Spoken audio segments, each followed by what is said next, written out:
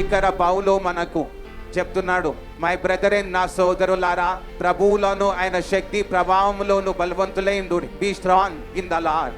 కానీ బలవంతులు కావడం ఎలా చెప్తున్నాడు, be empowered through your union with him. చెప్తున్నారు బలవంతులుగా ఉండాలని. ఎలా? మీ యూనియన్, దేవునితో మీకున్న సంబంధం ద్వారా. మిమ్మల్ని మీరు, మీ జీవితము దేవునితో సంబంధం కలిగి ఉండాలి. దాని తర్వాత దేవునితో యూనియన్ ఉండాలి.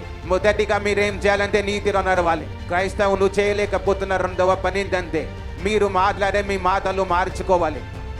మీ జీవితంలో మీరు కోరుకునేదేమితో అదే మీ జీవితంలో మాట్లాడాలి. అనారోగ్యం గురించి మాట్లాడుతూ నీవు ఆరోగ్యం పొందుకోలేవు. నువ్వు సాతాను మాట్లాడుతూ విడుదల పొందుకోలేవు. నీవు తప్పనిసరిగా మాట్లాడవలసింది ఒకటే, దేవుని వాక్యం నీ గురించి ఏం చెప్తుందో అదే. నేను మీకు పాములను తేళ్లను తొక్కుటకు అధికారం ఇచ్చాను. సాతానుడి మీకు ఎటువంటి హానియు కలగదు. ఇదే మీ అంగీకారమే మీ నోట నిలిచిపోవాలి. కానీ నీ అంగీకారం ఏమిటి? సాతాను మాపై దాడి చేస్తున్నాడు, సాతాను నా మనసులో చెడు ఆలోచనలు వేస్తాడు. ఈ విధంగా మీ అంగీకారం ఉంది. నీ అంగీకారం ఏమిటంటే రిపోర్ట్లో అనారోగ్యం ఉంది కాబట్టి అనారోగ్యంతోనే ఉన్నానని. కానీ బైబిల్ యొక్క అంగీకారం ఏమిటంటే ఆయన తిన్న దెబ్బల చేత నాకు స్వస్థత అని.